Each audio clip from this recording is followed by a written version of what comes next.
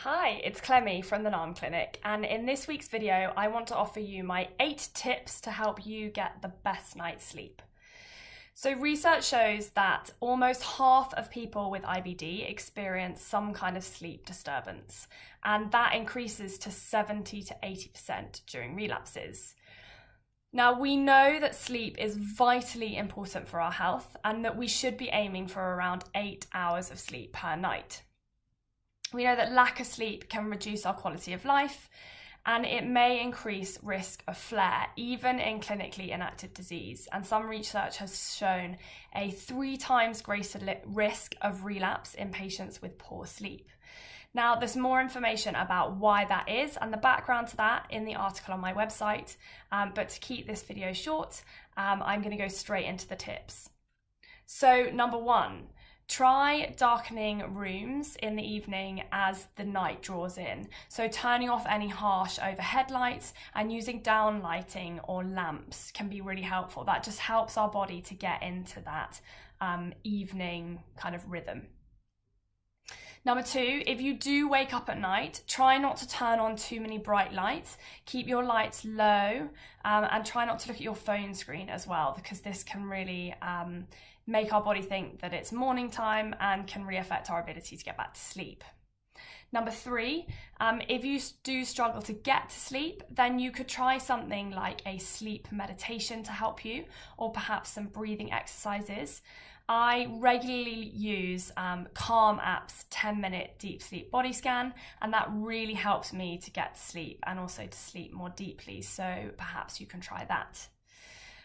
Number 4 is stop using technology and screens for at least an hour before bedtime. Trying something perhaps like reading instead. That blue light that is emitted from those screens tricks our body into thinking it's still daylight and disrupts the production of our sleep hormone melatonin.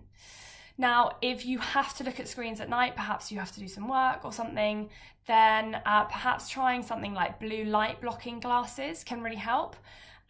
This just reduces the amount of blue light that comes from that screen and helps to stop the disruption of the production of melatonin.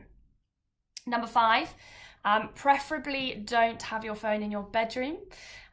If you do need it for your alarm, I actually would suggest that you get a good old-fashioned alarm clock, but if you do need it for your alarm, then turn it on to aeroplane mode, because even if it's just on silent, the vibrations and also the lights from notifications during the night can really impact our sleep cycles. Even if it doesn't wake us up fully, it can still disrupt our sleep.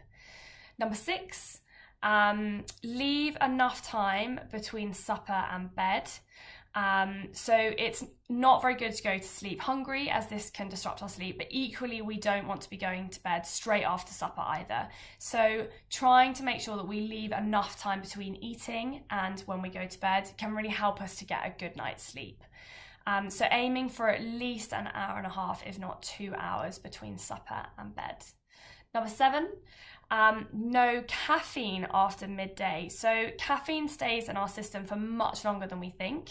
It actually stays in our system for over 12 hours. So perhaps swapping that afternoon coffee for an alternative hot drink, such as a herbal tea, can really help to improve sleep quality. And the last one, number 8, is assessing your sleep environment can be really helpful too. So is there any background noise? Can you remove this? What's the temperature of your room? So the ideal room temperature for sleep is between 16 and 18 degrees centigrade.